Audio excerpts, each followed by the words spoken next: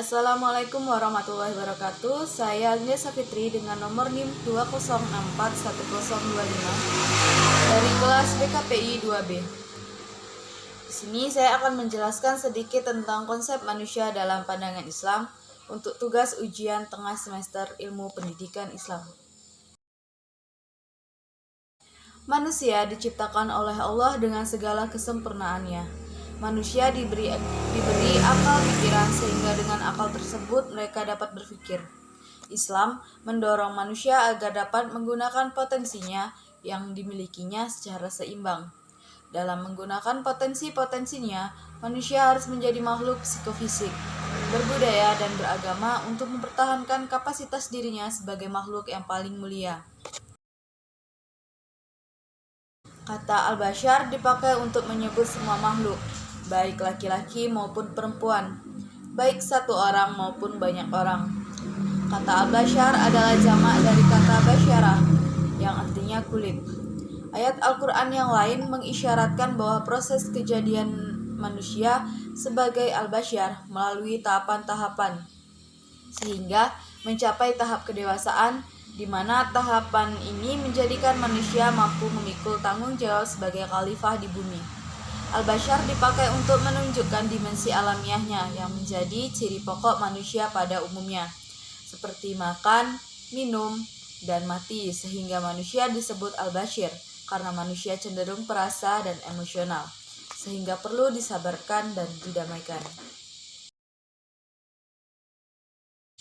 Para ahli bahasa berpendapat bahwa al-nas berasal dari kata unnas, yang berasal dari kata anisa, yang artinya jinak, menjinakkan atau ramah.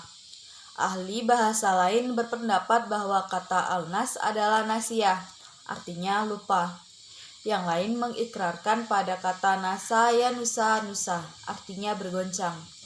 Sementara itu, Zunawas yang memiliki keilmuan al-nas memiliki 3 pemaknaan.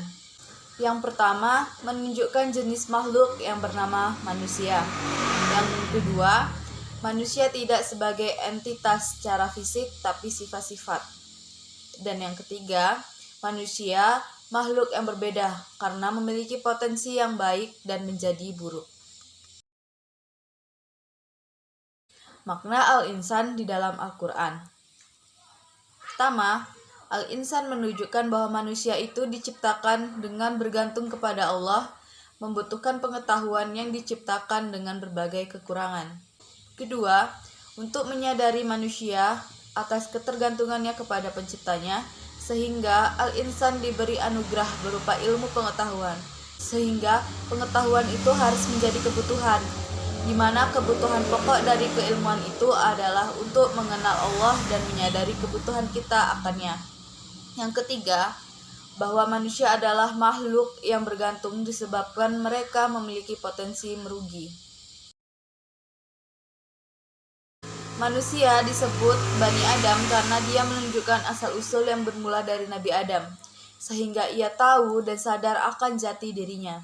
Misalnya, dari mana dia berasal, untuk apa ia hidup, dan kemana dia akan kembali.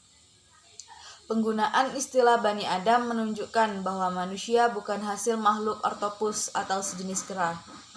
Al-Quran sendiri menggambarkan manusia sebagai makhluk theomorphis yang memiliki sesuatu yang agung di dalam dirinya. Al-Quran memandang manusia sebagai makhluk yang suci dan mulia, bukan sebagai makhluk yang kotor dan penuh dosa.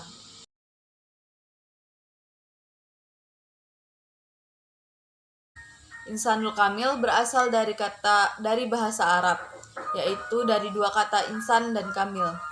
Secara harfiah, insan berarti manusia dan kamil berarti yang sempurna. Dengan demikian, insan kamil berarti manusia yang sempurna. Selanjutnya, Jamil Saliba mengatakan bahwa kata insan menunjukkan pada sesuatu yang secara khusus digunakan untuk arti manusia dari segi sifatnya, bukan fisiknya. Dalam bahasa Arab, kata insan mengacu pada sifat manusia yang terpuji seperti kasih sayang, mulia, dan lainnya. Selanjutnya, kata insan digunakan oleh para filosofi klasik sebagai kata yang menunjukkan pada arti manusia secara totalitas, yang secara langsung mengarah pada hakikat manusia. Adapun kata kamil dapat pula berarti suatu keadaan yang sempurna dan digunakan untuk menunjukkan pada sempurnanya zat dan sifat, dan hal ini terjadi melalui terkumpulnya sejumlah potensi dan kelengkapan seperti ilmu dan sekalian sifat yang baik lainnya. Itulah mungkin penjelasan saya tentang konsep manusia dalam pandangan Islam.